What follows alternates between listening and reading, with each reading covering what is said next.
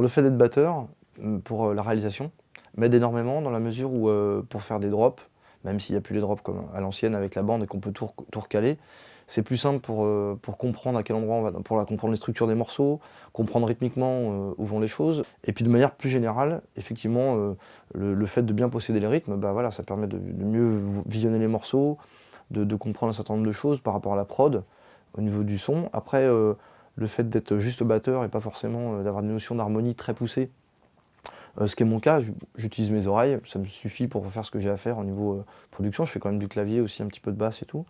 Mais c'est vrai que le fait d'être batteur, c'est un côté plus général sur la production, et c'est souvent le cas d'ailleurs. Souvent, je sais que je rencontre de plus en plus de gens qui me disent que des batteurs souvent sont ou chefs d'orchestre sur scène ou possèdent les machines pour déclencher les samples et tout, ce qui est souvent le cas pour moi sur scène, ou bien font de la production.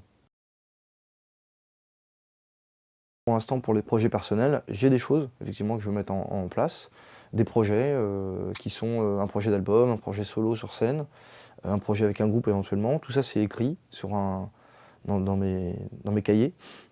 J'ai conceptualisé les choses, mais j'ai pas pu le mettre en œuvre et j'espère bien y arriver très vite.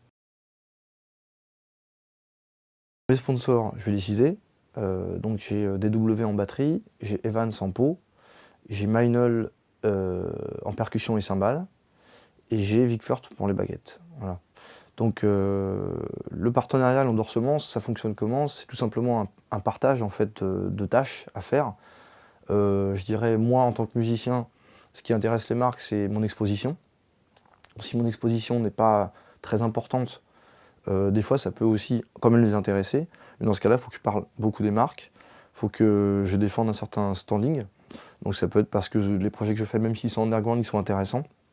Donc les marques s'y retrouvent quand même.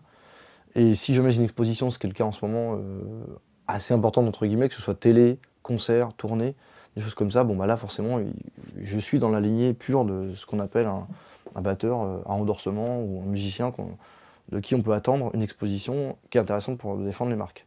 Pour le matériel, il y a deux aspects. Il y a le fait de faire des démonstrations pour les marques, ça c'est payé. Enfin, je fais des démonstrations avec des cachets comme un concert.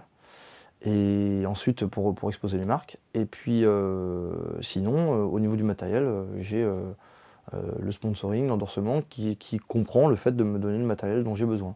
Donc quand j'ai besoin de pots, bah, j'appelle, on me donne des pots, les baguettes pareil.